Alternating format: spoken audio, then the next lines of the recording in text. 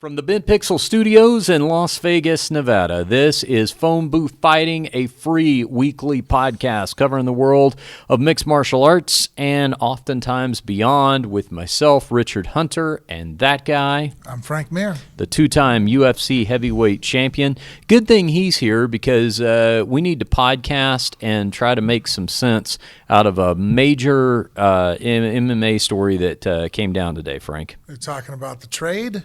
The trade. The trade. It must be known as from now on, the trade. Yeah, because it's positive. If it happens, it's going to be the only one. This is something that happens in other sports and team sports. Well, what are you talking I think it could pick up pace in the future, but sure. I don't think anybody of Demetrious Johnson's credentials will ever be traded again. All right, set up the story. Well, we saw that out there that they had released information this morning that Demetrious Johnson's contract that's under the UFC, their longest reigning champion, the first champion at featherweight. Flyweight, yeah. Sorry. And so the guy who set, countless amount of records, right? After his first loss now, title defense, split decision, he's possibly being traded to ONE FC for Ben Askren, who I thought was retired. Let me stop you right there. All right, Ben Askren is actually ONE FC's. He is their welterweight champion. Now, before we get any further into this, I'm going to have to play dumb MMA guy for a second. I mean, I know the answer to the questions I'm about to ask, but I'm telling you, there are some casual MMA fans out there who need these questions answered. So first question, Frank, what is ONE? It's actually probably one of the largest promotions in the world because they're predominantly there in China and they do the whole Asian area. Yeah. So like China, Philippines, all the way through. Mm-hmm. And question number two, again, for the more casual MMA fan, who's Ben Askren? I mean, it's a fair question. Yeah, totally. Well, Ben Askren was a multiple national champion wrestler out of Great Missouri. Wrestler. Phenomenal wrestler. Just kind of invented his own style, funky wrestling. Defensively, when people would shoot on him, he'd grab their leg and throw it over the top, go between their leg, all kinds of crazy shit that looked really unorthodox, but he really put it to work for him well. And so he then transferred over to had an MMA career. In Bellator. Bellator. Was their welterweight champion. Undefeated. Still undefeated. Still undefeated. Then when his contract was up, he went and signed with ONE FC, became their champion. And let me say at that time, the UFC expressed no interest in him. None, yeah. Bellator let him go as their champion, as a free agent. UFC didn't come to terms with a deal with him, and he went to ONE. Went to ONE. Okay. Dominant champion there also. Still unbeaten. And then I think he basically at that point retires here in the last couple months. I think about a year now almost. When did he see, I did not know that he was I did not I thought he retired. know that he was officially retired. Yeah, maybe it wasn't official. Yeah. He still holds their title. He's got ONE's welterweight title currently. Now, the thing is, listen, that is no slight on Ben Askren. I mean, he's a great fighter. It has been talked about for a long time that what would he do if he were fighting top-tier talent in the UFC? I would have loved to have seen him in the UFC a long time ago. But again, I'm not casual MMA fan guy. I'm a guy who liked watching Ben Askren fight in Bellator. But let me tell you something. It's not the most fan-friendly style when it comes to, for the people that want to see the blood wars and some two people just stand up and slug it out. That's not how Ben Askren does it. That probably has something to do with the fact that the UFC did not have a lot of interest in him back when he became a free agent with Bellator. Maybe if people remember the UFC run of John Fitch, there's some comparisons there. There's a guy who was largely unbeatable during his welterweight run in the UFC. Eventually was defeated by George St. Pierre, but still a guy who I think the UFC really was not looking forward to giving that title shot to. Give you another example, Damian Maia. A guy not with wrestling but with jiu-jitsu, a guy who had a style that eventually, he could not be denied his title shot, but they weren't super excited to give it to him. Okay, that's the backstory on Ben Askren. Now, I'm not if you're just talking about Ben Askren as a potential free agent to the UFC, I'm interested in that. I'd like to see that. And if they did sign him, even though that name is not going to mean a lot to the casual fan, I still would get why they were doing it, because who knows? Maybe he comes over here, maybe he catches fire. And there was talk there for a while that, I think that Ben Askren probably had the title of the highest ranked or highest, what's the word I'm trying to, toutest? Yeah. What's the word I'm trying to say? Most highly touted? Yeah, most highly touted. You danced around. Asian. You had them all in there somewhere, yeah. Enough till you understood what I was trying to say. I speak Frank Mir. Yeah, there you go. Yeah. And so that was kind of a moniker that he always had, was one of the best that was outside of unsigned by UFC talent as far as could possibly fight for a title in the UFC right then and there. Like Fedor, except without the legend of Fedor. Right. Similar in the sense of spent his whole life outside of the UFC. What would it have been like if he ever fought in the UFC? But Fedor had the legend of Fedor. Ben Askren doesn't have that. And again, I started out being ironic in our conversation. That was not intended to put down Ben Askren. It's just saying that I would be not being honest with you if I told you that out of our listeners, a lot of them, sure, going to know Ben Askren. But there's going to be some who are MMA fans that watch UFC and even watch all the Bellators and things like that, that once you're getting down into PFL and one as big as they are globally, ACB, they're just not going to know. You're a pretty devoted hardcore fan if you know some of those names. Not going to know all the names. Okay, so that's just the signing of Ben Askren, but it would still make sense to me the UFC wanted to sign top-tier talent. Now the trade.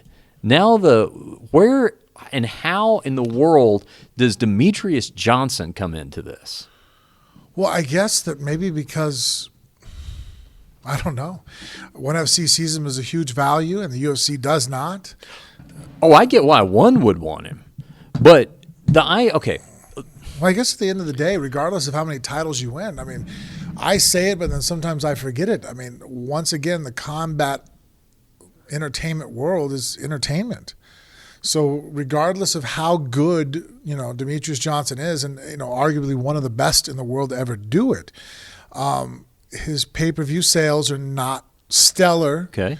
And so I guess that's just, I don't know. Okay. So the purest of a fighter doesn't agree with it in me, but I can kind of, I guess, see from the angle of a businessman, there would rather keep CM Punk than keep Demetrious Johnson. And that's hard for me to rationale that. Yeah. Because to me, I'm like, well, wait a minute, hold on. But then I realize, well, at the end of the day, to keep the lights on, they're worried about buys. Okay, at this point, and I'm not being ironic at this point, once you're factoring in this trade talk with Demetrious Johnson, even as unprecedented as a trade would be, it's not even so much that they're talking about doing a trade. It's the fact that the trade involves Demetrious Johnson. This is the part that I don't get, because let's talk about the facts that we could stipulate to, okay? A couple of them you've already pointed out.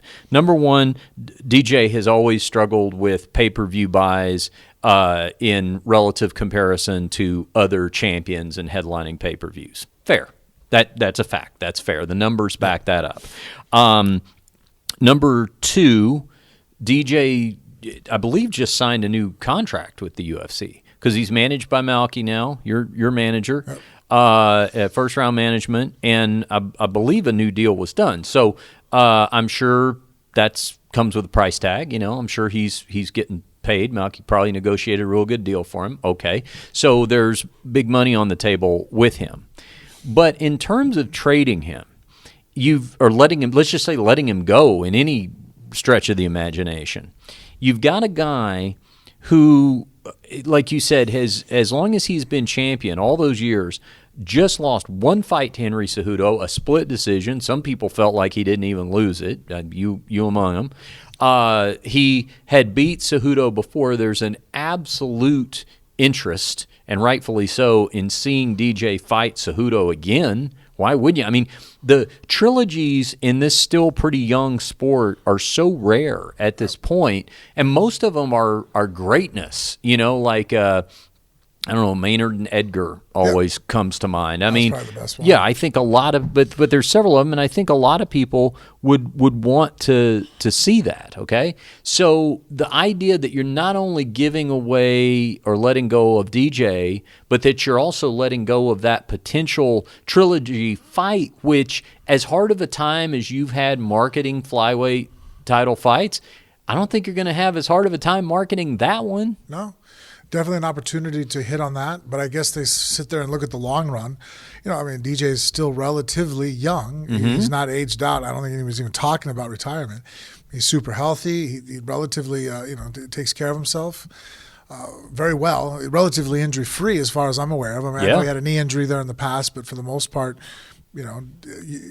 chronically injured is not a term or a phrase I think of when I think of Demetrious. Yeah. So you have a guy who could potentially go back and win and then hold the title ransom again for a while and maybe clean the division once more.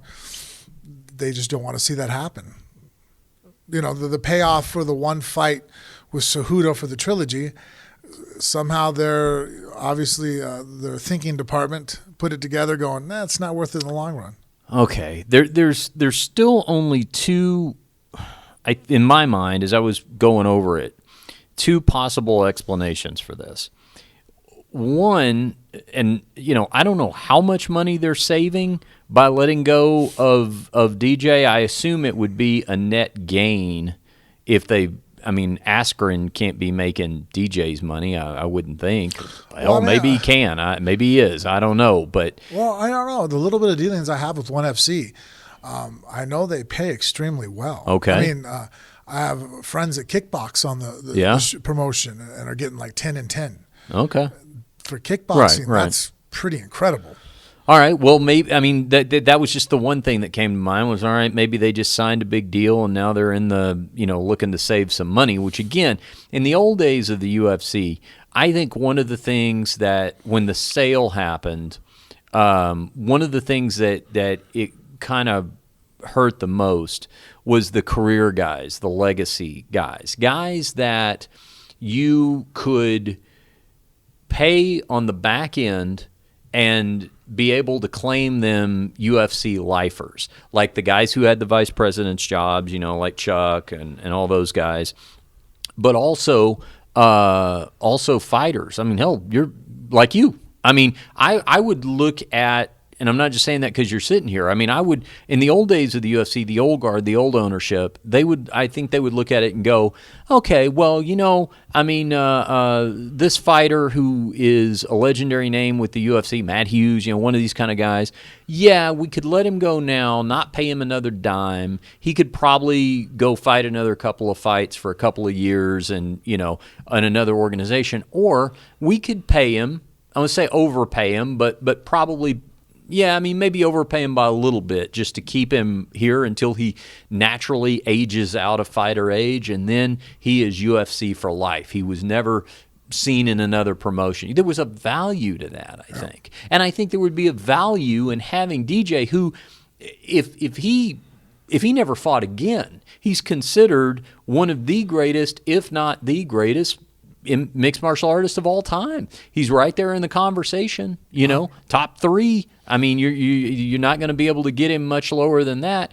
And just the idea that you would want him forever associated with your promotion. UFC means greatest MMA fighter of all time. I mean, same with John Jones. For as much trouble as John has had, at least the UFC can't look at it and go, well, he's now he's going to go fight outside the organization and have a highlight reel with other organizations. So I'm really confused by why they would want to do it unless, and that's what I'm saying, why the UFC would want to do it. I get why one wants to do it. I totally understand where one UFC's from. Don't see the UFC's motivation. Let me just throw this other thought out there and then you react to this. Maybe there's a chance that Demetrious Johnson wants this because his trainer, Matt Hume, is also the matchmaker over at ONE. So I'm sure Matt has told him good things about ONE.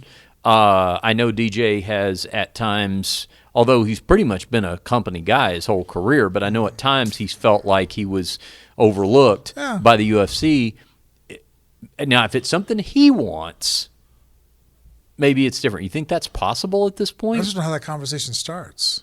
Hey, I want to go to ONE FC. Can you find someone over there to trade my contract with? Like, how's that even his idea to begin with? Well, maybe it's not his idea to begin with, but maybe he likes the idea. Is what I'm saying. Maybe he's not offering any resistance. But I mean, we know him a little bit. I mean, you know him pretty well at this point. You guys. I mean, it just seems like he's such a competitor that I would see him wanting to get right back in there with Cejudo. I see that too. That's why I don't really think it's his idea. Yeah. Or I don't even think he likes the idea. Leaving on a loss like that after the legacy that he's left, and then against Cejudo on such a very close split decision, regardless of which way you thought it went. Yeah. Yeah, I just don't think. And then, I mean, for I guess the UFC's part, they're signing a welterweight that they probably think could beat Woodley, because I know they're not high on Tyrone either. Poor guy. Yeah. Maybe they're figuring they could knock out two guys with one move. But if that's the case, though, they would. If Askren did that, like I said, he's a guy who, and I don't know. I mean, with wrestling nuances, I don't know if it's that fair of a comparison to compare him to John Fitch. But I mean, just in broad strokes. Yeah. And listen, I'm somebody who didn't mind. I didn't mind watching John Fitch wrestle and fight. I don't mind watching these specialists do what they do, because that's not every fight. It's one fight on a usually a very diverse card. But we know what the reaction was when Fitch was a perennial welterweight contender, and that just seems like an odd choice. Yeah, okay, maybe they throw Askren in the mix and he ends up taking the title, but to what end? Are they super excited at that point that they've got WrestleFest to be the welterweight attraction headlining pay-per-views? I don't know. I think you're going to have to work. Here's the thing. For as much as the UFC can say, they had trouble building DJ and marketing him and all that, I think it's a net loss. No offense to Ben Askren. I'm just saying he's been over there and won for quite a while. Hadn't even been on the Bellator stage for quite a time now. I think they're going to have to. I think it's a step backward, in a net loss in terms of marketing equity, such as it is that they built up in Johnson. I don't even think that's an even trade. I think at this point, if you switch out DJ's profile and you put in Ben Askren, I think you're actually now taking some steps backwards in terms of marketability, just for the fact that the average UFC fan probably ain't going to be that familiar with Ben Askren. You're going to have to teach them who this guy is, and how long are you going to have to teach? Because he is so good, what if you don't have very long to teach him who he is before he wins your title? True. But maybe, again, looking at it from their point of view, they've had a reality show to try to help sell Demetrious and get him out there. And, I mean, Demetrious has a great personality. He puts himself out there with his Twitch and other social media platforms.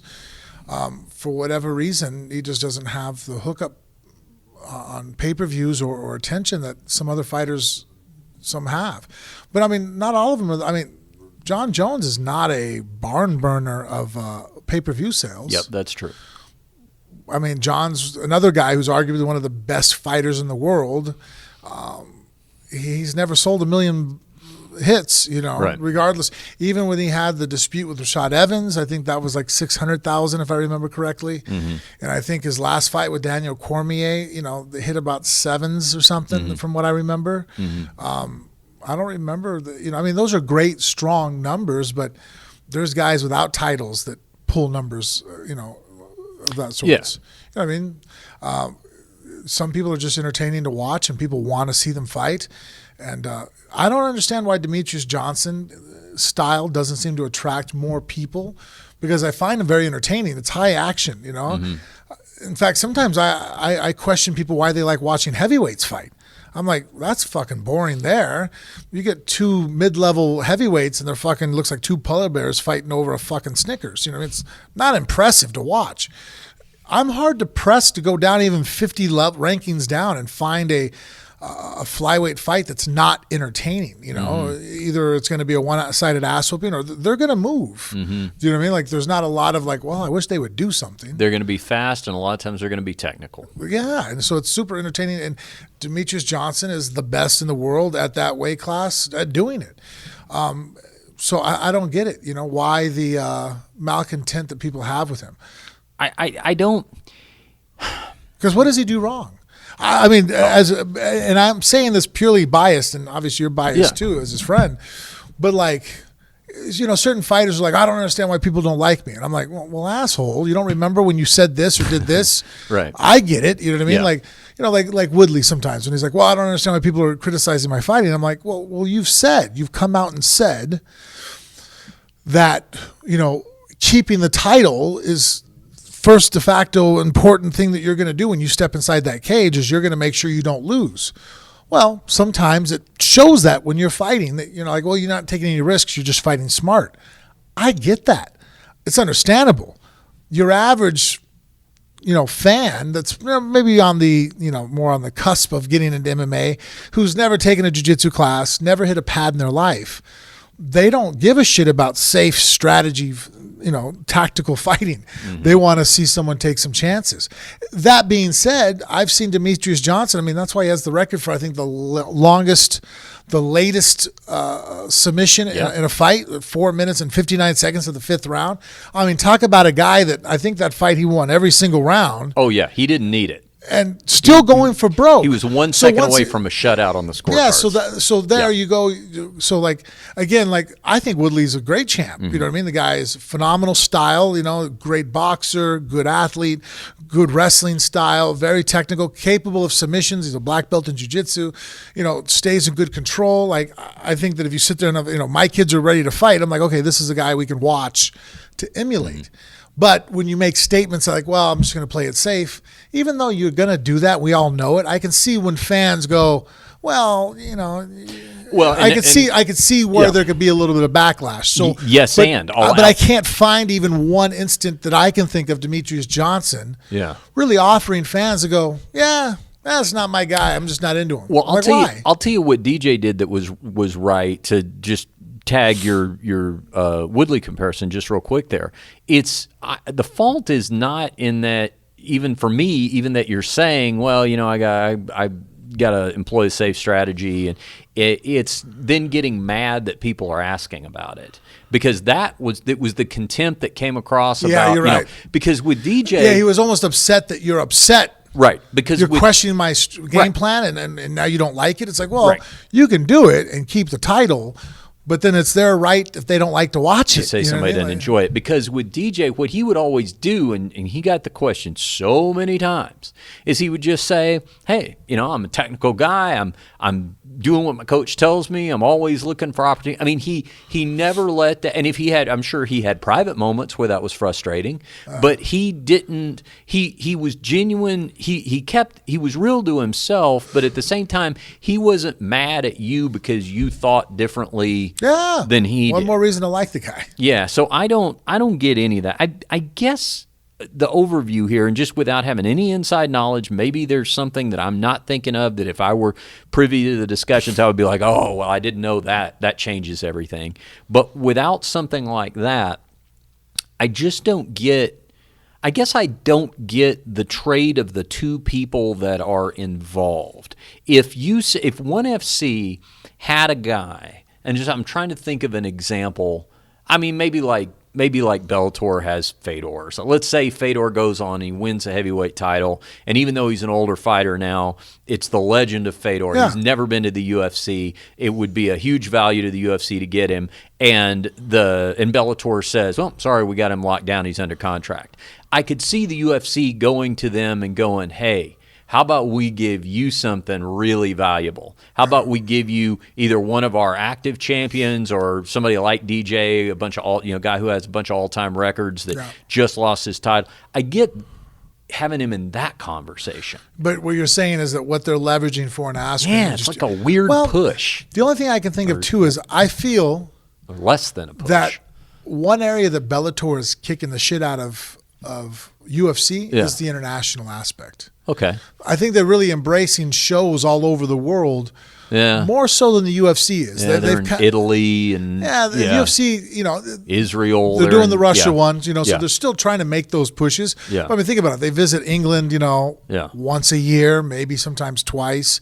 I mean, that was when they had a middleweight champion that was from that area, And so, now you sit there and go, well, what about having a fight in New Zealand or Australia where you have champions to represent now certain areas and they don't push. So I think that as businessmen, I think they realize they're like, well, shit, look what Bellator's doing by, they're doing what we did a couple of years ago, really having shows as many different places as possible because it creates new fan base. It's one thing to tell a guy, hey, this weekend spend $50, $60, $70 on a pay-per-view, and something you're not interested in. But it's another thing if you're like, oh, UFC's in town this weekend or Bellator's in town or whoever, and it's a big show. It's like, oh, well, shit, I might buy tickets and go see it. And then once you do, it's a little bit easier of a sell, and those people become fans. And I think that's the whole, one of the main reasons for having shows abroad and in different areas is you cultivate a fan base that's more diehard by you actually being there and boots on the ground doing media work, bringing fighters in and doing show.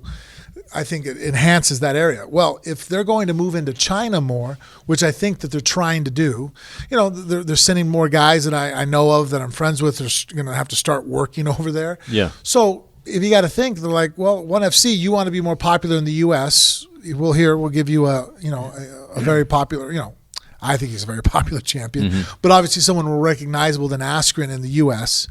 And then on the flip side, Askren, even though he is a U.S.-born, citizen, because of his dominance that he had in the ONE FC, he's already has a foothold of marketing and credentials in that area. So if we were to have more shows over there, or the UFC were to, you already kind of have the marketing you can piggyback off of what ONE FC's done. Just like if ONE FC wants to have a show in the U.S., now they have Demetrious Johnson. All right. Yeah, I mean, maybe there's credit due to Ben Askren there. I see what you're saying. Like maybe I'm looking at it from a domestic perspective. Yeah, domestically, no, you're right. It doesn't make any sense. But I think if we look at the broader picture of international, and especially look over at China, I think that ONE FC is very popular there, and so I think that he would be an asset in that region. Okay. Here, unless we go to the Midwest in a very wrestling heavy community, if we have a show in Iowa, fucking put Ben Askren on there. You know what I mean? Like everybody there is going to know who he is, even though he wrestled for Missouri. They're all aware of who he is. You go somewhere where it's diehard wrestling country, you could sell out with Askren domestically. Yeah. Well, one other question about this. I mean, this is an offshoot of the conversation. But if we're about to see the first MMA trade between two major promotions like this, is this something that could have happened at any point anyway? Now, I'm going off of there's been various reporting on this. I was looking at what John Morgan had to say with MMA Junkie, and the way his story worded it, it was that the organizations would release the two fighters from their current contracts, and they would be free to sign with the other organization. Now, I assume that if that deal was done, they say, okay, you're released from your deal, but with the provision that you're signing with the other organization. I don't think you could just be a wild card and run off and sign with somebody else, Bellator or something like that. It seems like that's something they would have guarded against. With a certain statute of limitations, because when your contract's over with, they do put that in there, and it could be anywhere from 2 months to a year. You have a non-compete to where, the UFC, they realize, okay, if we had you for 2 or 3 years and you don't like the offer we're going to give you, you're not going to take what we've built here and run over to Bellator or to ONE FC without some cooling off period. So that way it's kind of an incentive to re-sign with them because you're like, well. Okay, so then my next question is this something that could have just happened all along and no one ever really thought about it? Like at any point when you were with the UFC, did your contract not prevent you from just being gifted to some other organization? Well, I never thought it was possible to transfer a contract to someone else. Yeah. So I still don't know if that's legally is able to be done because the fact is that they're going to release them with provisions most likely to be re-signed. It seems like that's probably the reason why, is that it's not probably legal just to trade contracts. That's the out. Yeah, I could see where it's like if you get a new owner that buys the same promotion. Right. But just this idea, because if you think about it otherwise, I mean, there's fighters who maybe sign with certain promotions for less money than somebody else was offering for reasons, for exposure or something like that.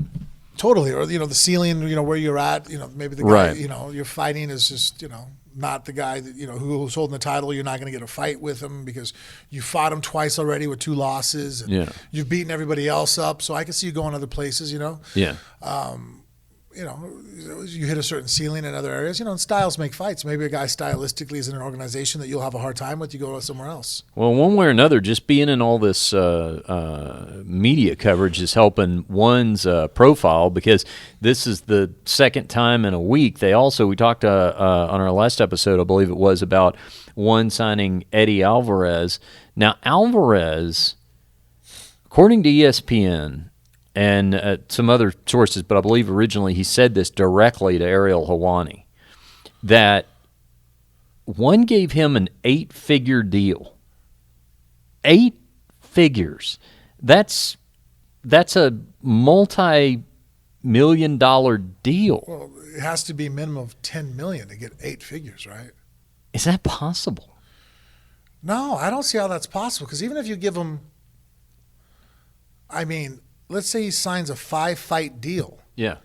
Does that mean that every one of his fights was like minimum $2 million a fight? Like Eddie Alvarez? I don't know. I think that Eddie Alvarez is a great fighter, and he's accomplished a lot over when he was in Japan. Then went over to Bellator, had phenomenal fights, was a great champ there. Came over, became the champion over in UFC. He has great credentials. I just don't know if I would pay anybody that amount of money other than Conor McGregor. Right. You know what I mean? Conor sells that kind of shit. Yeah, I mean, look at this. Maybe Khabib or somebody. I was gonna say, look at it this way: Khabib made $2 million for the Conor fight, but you could not have justified that payday fighting anybody else up until this point. No. I mean, the UFC wouldn't have done that. No. They wouldn't have paid Khabib $2 million to fight Michael Johnson. No. I was stunned at that. Unless he just, if you told me off the top of my head, 10 figures, 9 figures, whatever, I could see where I could be off a number, because people don't necessarily think in those numbers. But you think he would have maybe corrected it if that was a mistake. Yeah, because, it's when you use the figure conversation, most people will sit there and say, hey, I have a 6-figure. Yeah, threshold of $100,000. Yeah, okay, you make more than. So people go, okay, 6 $100,000. figures means, you're in the $100,000 and up range. Yeah, 7 figures. Oh, $1 million. Then 7 deal. figures is a number I've heard people say before, where they go, I make 7 figures. It's like, you're a millionaire. Right. You make $1 million a year. Cool. Right. I've never heard anybody use 8. Yeah. And I know people that make 8 and 9 figures. I know a guy that makes 9 figures. Yeah. But I never heard him say it like that. Yeah. And just for MMA, for fight, I would be blown away if I heard the UFC gave somebody an 8-figure deal. Again, that wasn't Conor McGregor. Yeah, because, that's what Conor has, is an 8-figure deal. Yeah. Anyway, look, if it's higher up. It's not the minimum of an 8-figure digit, right? You know what I mean? But not much higher. What is it? 16 to guarantee or something per fight? Could be worth an upwards of 20. You know what I mean? By Eddie Alvarez making that statement, he's in Conor McGregor money. Yeah. And maybe I just don't understand the business model well enough to justify that. But Conor McGregor's Conor McGregor. The fucking guy's, he walks across a football field and it's on every news fucking outlet. He's on the BBC. MMA was never on there before that. So, Conor is a superstar. I get him, I didn't even bat an eye when they said that. First of all, when they told me Conor did sign like an 6 or 8 fight deal and, the $16 million, I was shocked that he even signed for that amount. Mm-hmm. I was like, shit, you have a guy who just fought for over $100 million. Mm-hmm. You ain't coming at the guy with fucking 5. Yeah. So when I was like, 16, that's still good money, I guess, for him. If, there's not a Mayweather fight around every corner for him. So, okay, And he's probably making tons more than that on pay-per-view points and things like that. So I mean, to give that guy that amount, I'm like, oh, that's worth it. I get it. You know what I mean? If I had an organization and we could afford that, pay him whatever the fuck you can pay him because that's the biggest seller there is. But I mean, there goes Conor McGregor, and then like, okay, who's number 2? Fuck if I know. Hey, maybe this story will. Who's the number 2 seller in pay-per-views? You think? Under Conor in the UFC? Anywhere. I mean, all. I wouldn't even. You just say fucking anybody. But I know we also talking about current. Like we're going to take GSP out of the conversation. People like that. No, you can use anybody. Well, let's see. GSP is anybody else broke? The only person I ever known to break 1 million pay-per-view buys was Brock. Okay, so Brock. Everybody else is a far cry underneath. Ronda's numbers got to be up there, right? Oh, that's true. Ronda. Okay. Ronda would have been number 2. Yeah, but currently, I mean, there's nobody currently. Nobody who's even came close to the mark. Yeah, and I'd be interested to find out how much, because in that fight, Conor fought Eddie Alvarez. That has to be Eddie Alvarez's biggest sell because he has Conor. So unless that's the biggest sell they've ever had again with Conor, they can sit there and go, well, shit. And we know Conor's had some $1 million pay-per-view buys, 1 million hits, but when he was with Eddie. But we know it's not. It wasn't bigger than the Nate fight, and it wasn't bigger than Khabib. Yeah. Well, I mean, we know Khabib now is the record holder, right? Right. And so, Nate Diaz sold more pay-per-views than Eddie Alvarez's fight. And that's with Conor having a belt vying for a second belt. Just make a strong argument for Eddie Alvarez. I mean, at that point, then if you're going to sign Eddie Alvarez for that amount of money, then you should sign Nate Diaz. You know what? I was just thinking that. I was thinking, he probably sells more. Yeah. Yeah. Although he's, I guess, not a free agent. Who knows with those guys, man? Yeah. I mean. But, I mean, that's my thought process. Yeah, no, that would definitely be a better get for him. Well, I mean, the competition's good, and hopefully it all works out. I mean, maybe this is going to really launch ONE FC if this happens. By the way, they're not even actually called ONE FC, are they? This goes Isn't to it the called point. One? Yeah, somebody I saw made a comment about how Eddie Alvarez even calls them ONE FC in the interviews he's doing, and they're not actually called ONE FC. Anyway, our apologies to One. Well, that's that was we've become accustomed to pretty out there curveballs and stuff talking MMA, but that one today was a wild one, talking about a trade, something I didn't really see us ever really talking about when it came to MMA. All right, you mentioned Conor and Khabib, Frank. Another item of interest here in Las Vegas was the Nevada State Athletic Commission holding their hearing to decide what to do about punishments for Conor and Khabib. Up to now, Khabib's entire $2 million purse was being held up. They did relinquish $1 million to him, but Bob Bennett, the head of Nevada State Athletic Commission, had some on-the-record criticism for Conor and Khabib's representatives, their managers. Of course, Khabib Nurmagomedov is managed by Ali Abdelaziz, and Conor is managed by that guy that looks like Russell Peters. Do you know the comedian, Russell Peters? Yeah, the Indian guy from Canada. Yeah. Bennett said that with both of them, he had specifically told them before the weigh-ins and the face-offs and all that he didn't want any trouble, and he certainly didn't want them as representatives encouraging any kind of trouble. Now, we know at least in Ali's case, he didn't heed that warning because he was picked up on mic yelling off when the fracas happened and Dana turns to him, "Get out of here, Ali, don't get involved in this," and all that. So I guess Bennett is holding the representatives responsible as well as some of the teammates and cornermen. Well, I mean, I think that the UFC is smart, and just if I was them, I mean, I think they have already. I think initially it was a lot of emotions, and they were, acting like they were going to be kind of on the more disciplinary side is kind of the impression I was getting, and I thought that was a mistake. better just to wash your hands of it and let the commissions that, that's what they get paid for. Mm-hmm. They're a neutral party instead of dealing with your own athletes. I know one of Conor's cornermen was one of his teammates was pulled off of a card that he had coming up with the UFC, and then also Artem. Artem Lobov, who was in the co-main event, by the way, of this weekend's Fight Night card, taking on Michael Johnson. I saw a note that he was talking about quitting the UFC in protest as well. Wow.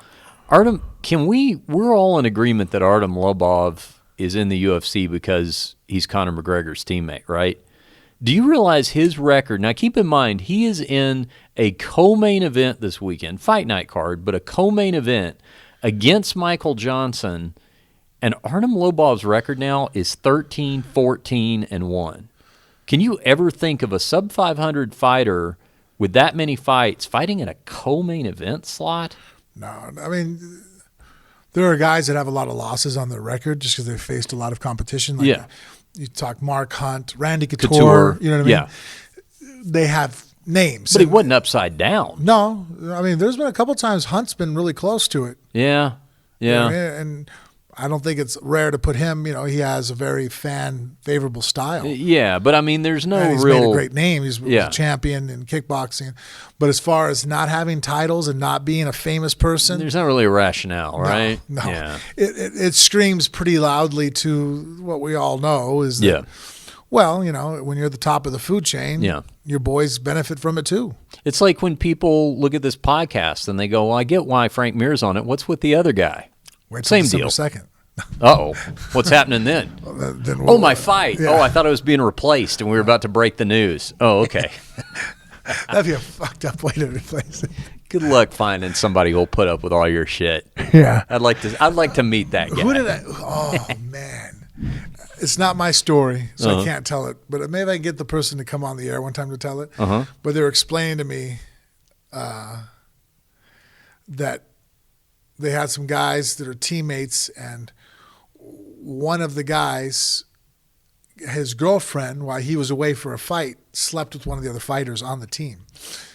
Oh. Right. Well, okay. So then they had a dinner with the guy and wanted to take him there, so they sat him down, and they're like, all right, what's going on? And they broke it to him that way, right? Yeah. And so then I guess it was about a year later, one of the other guys that was at that dinner, his girlfriend cheated on him while he was away for his fight. So they brought him to the same place to eat dinner again. And so they sat him in the same chair, and they go, hey, remember we brought so-and-so here to tell him? Like, yeah, I remember that was fucked up, huh? And then the guy sat there, oh, shit. Is that why I'm here? Like, yeah. That's like mafia stuff, right? That's like, hey, I thought I was coming here to get to be a made man. Why is there no one in this garage and all this plastic is up everywhere? Find out, your girl was being dicked. Wow. All right, real quick before we wrap this one, just we can talk about this more next week, but we should probably go ahead and get this out there because you're on your way to have a vacation, sir. Yep. You're off to, actually both of us. Yeah. You're off to Disneyland for Mickey's Halloween party. I'm going to L.A. myself, but that's to hang out in a cemetery all day on Saturday for Dia de los Muertos. And do some other haunted house type things. But anyway, we're taking a few days off to go to LA. I anticipate us rendezvousing at Doomy's, though. We did talk about that. That is what... All roads lead back to Doomy's for I enjoy home booth fighting. Oh, me too. Well, I've done a pretty good job of that. I think I've eaten red meat once in the last 5 weeks now. Oh, yeah. Yeah. Yeah. And then mostly just fish and eggs. Yeah, well. But a lot of vegetables. Well, I'm doing better about that. Carl, he stayed with me for the last month. Yep. Princey. And he was mentioning, he's all, you don't eat a lot of vegetables. Mm-hmm. I eat a lot of brown rice and stuff like that, but he's like, you need to, 60% of your diet. I'm all, I just don't. I eat healthy, but I'm not big on vegetables. Well, we'll get some lettuce on our burgers at Doomy's for sure. So anyway, that's our weekend coming up. But I just want to make sure we get this on the record before it gets too late into next week. Because coming up weekend after this one, Daniel Cormier and Derrick Lewis. I know we're picking Cormier, but let me just ask you this basic question. If Lewis can do it, how does he do it? What's his chance? He has to land a punch. I mean, he's not going to take Cormier down and ground and pound him. I think he actually could do it with a kick. Early on in the fight, Lewis is very athletic, very powerful. If he just sits there and goes, screw it, I'm not going to be able to win a 5-round fight against Daniel Cormier. He doesn't have the skill set that enables him to be able to do so. He's always going to be in bad position. He's always going to lose every wrestling exchange.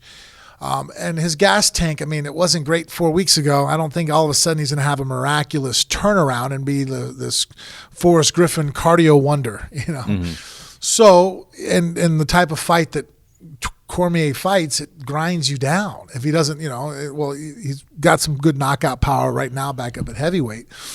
But, I mean, his grinding, his ability just to wear on you and break you down is what he's been known for. So I think that he's just let loose hands and legs and try to throw some kicks to the body, to the head, knowing that, why not? You're either going to score a home run shot or you're going to lose. There's really no in between for Lewis.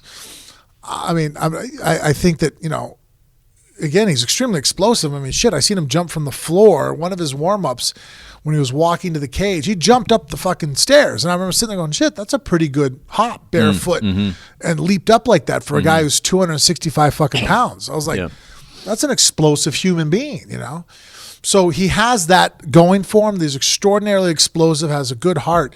I think he just needs to not hold back and be scared of being taken down because he's going to get taken down regardless.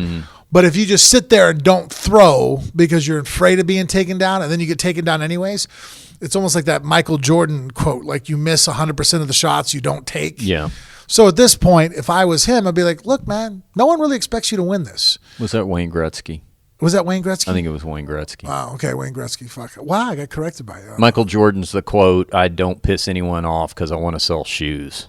Yeah, that's his quote business-wise. It's a lame quote. Did he never make a sports quote like that? I'm sure he has sports quotes. Yeah, so we'll say Gretzky. You miss 100% of the shots you don't take, right? For. Yeah. So in that situation, same thing. I think that Lewis just needs to say fuck it and throw down. Yeah. Because at least there's a chance that if he lands, I mean, he lands on anybody. Derrick Lewis hits hard. He's powerful as hell. Yeah. Big human being. If he connects on the chin, he could drop Daniel Cormier.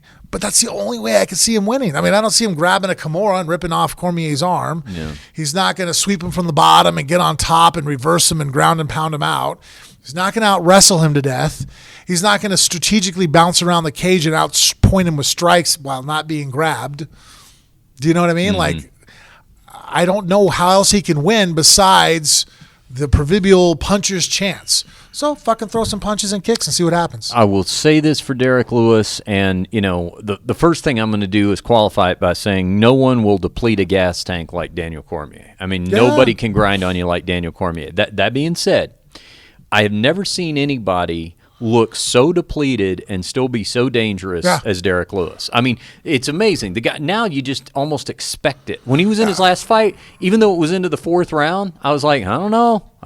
Seen him do it before. And then I love how his post-fight celebration, some of these guys do backflips off the cage. I like how his is just to flop down and look like he's going to have a heart attack. That's his move. Well, I mean, that's just a testament to how explosive he is, that even when he's gassed out, he still has power. And that's a rare thing for guys like him. Usually you're, George Foreman, Ernie Shavers of the world that just, did you know that boxing reference? I did. Yeah, there you go. I do know those. I know you have boxing more memorized than I do. Yeah. So anyways, those guys that fucking hit like a Mack truck, usually Shannon Briggs, great example, right? For 4 rounds, Shannon Briggs was one of the best boxers in the heavyweight division that ever lived, right? Once he goes past round 6, you're pretty much safe, you know? His explosion and his ability to just tear your head off with any punch diminished vastly. And so Derrick Lewis isn't like that, though. It's so fucking weird that he'll be gassed, dead tired, on the fucking throws. I mean, the fat lady's gargling, getting ready to fucking belt it out. And this motherfucker can still hit hard. Yeah. Like, that's incredible. Like, that's actually very impressive for him. But that's why I say, fuck it. Just go in there and throw. Every chance you get, just make it ugly. Throw knees, elbows, punches. Just see if you can land something, because he's big and strong enough that, fuck, that guy lands a knee to the body, might break Cormier's ribs. might as well take those chances before Daniel grabs him, because once Cormier grabs him, he's going to fuck him up. You know what I mean? Like, he's just going to tear him down, take him down, pound him out, ride him. You know, Daniel is just too fucking good of a wrestler. I mean, he's only lost to one guy, and that's because that guy's a better wrestler than he is. Yeah. And then also a quick note about this, the co-main event, you know, it was supposed to be Chris Weidman and Luke Rockhold. Rockhold's out with an injury. Now Weidman is going to get Jacare Sousa on short notice. Oh, that's cool. Yeah. I want to see Weidman make it back. I've always been a big fan of Weidman. I've always thought he was one of the best middleweights in the world.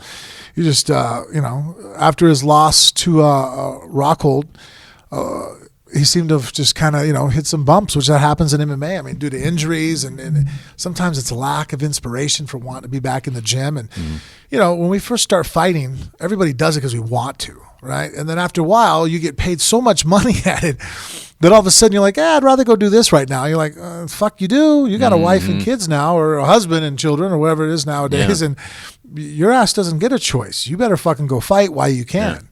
And so, you know, you'll see guys that when they're fighting for just money, there's just a little bit less in them, you know, just, shit happens. And so, you know, hopefully it comes back. So, you know, I think that, you know, Weidman, I've always been very impressed with. I think he has well-rounded abilities, you know, and again, luck sometimes just seems to not be in his favor.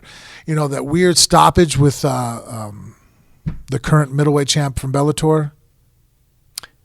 With, what are we talking about? Who's the middleweight champ from Bellator?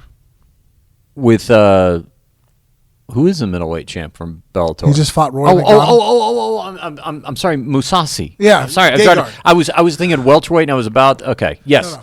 Yes. Middle, so middle. You're right. I said middle, didn't I? Yeah, you did. No, he was winning the fight with Musasi. Yeah, well, he was weird in there, stoppage. but it was a weird stoppage, like you said. You know, because it was knees on the ground, his hands were down, and the corners stopped, or you know, the doctors stopped it. You know, and you could see the frustration from Weidman. And then in the fight with the Cuban. Oh, the Romero. Thank you. Yoel Romero, yeah. In 10 years from now, I'm just going to have to fucking have cue cards. Shit. Brain damage is a motherfucker. Anyways, Romero, if I remember correctly in that fight, he was pitching a shutout. I think I had it 2 rounds to nothing, and he was running away with the third round. When I said he was winning the fight, that's the fight I was thinking about. So that fight he was kicking. Right. That's what I was thinking about. Not kicking Romero's ass, but I mean, he took down a silver medalist in the Olympics. Yeah. I mean, I know it's fighting, it's a little bit different, you know, but he still took him down. Right. You know what I mean, and controlled him. And I think he took him down a couple times. And so, I mean, I never seen anybody else in MMA take Romero down that I can recall off the top of my head.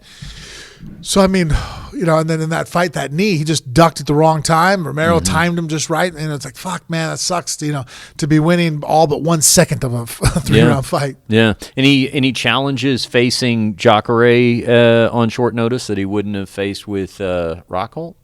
Well, I think Jacare is better at jiu-jitsu, obviously, than Rockhold. He's more athletic. But Rockhold has a good striking, good stand-up, and great wrestler. And he's also very good at jiu-jitsu also. I think that I don't know, a very similar type of opponent, to be honest with you. Rockhold's a little bit better of a striker, more technical, you know, and probably, you know, Jacare, though, you know, you just got to give him that he has a jiu-jitsu edge. But we don't see it a lot in his fights. Yeah. But, I mean, Weidman's a black belt under Henzo, so he's a legitimate black belt, too. So, well, fortunately, Weidman was able to stay on the card, and that's going to be a good co-main combo. All right, thanks for being a part of this one, ladies and gentlemen. Frank will conclude by telling you the importance of the Amazon banner on the front of phoneboothfighting.com, especially, Frank, as the holiday season approaches. I'm going to go on Amazon. I'm going to buy a bunch of Christmas presents. I'm going to buy a bunch of Hanukkah presents. Why on earth, as a Phone Booth Fighting listener, would I want to go to phoneboothfighting.com first to click through the Amazon banner to do that shopping? Well, it's very effortless on your part, and by doing so, all the things you purchase at that time, a small percentage at no extra cost to you will actually come to here at the show that we can use. we appreciate you doing that. Another thing you can do to help us out that will be not cost you anything, go to iTunes, look up Phone Booth Fighting. Certainly subscribe if you're not already a subscriber, but even if you are, click on the 5 stars. Give us a 5-star review. I see you guys doing that out there, and we appreciate you doing it. It keeps us up in the rankings and the ratings, and you can also write a favorable review, just a line or two in the comments section will help us out as well. Frank, tell them how to follow us on social media. Facebook and Instagram, it's Phone Booth Fighting. Snapchat and Twitter, just Phone Booth Fight. That's it. All right, we're off to L.A. For if you're around Doomies this weekend, look for us. Frank will be the guy ordering the 2 Big Macs, and oh wait, you're in training camp. Yeah, 1 Big Mac. 1 Big Mac. You can have 1. Yeah, 1 Big Mac, 1 order of animal style fries. I'm going to hold you to that. all right. Okay. Sorry. Maybe no fries and just 2 Big Macs. No. Okay, just that. We'll work out the deal when we get negotiate there. this. Yeah, look for us around. I'll trade you my. Yeah. I'll trade you my Demetrious Johnson for your Ben Askren style fries. All right, look for us around Doomies this weekend. For Frank, Mir, I'm Richard Hunter. We'll see you right back here next week on Phone Booth Fighting.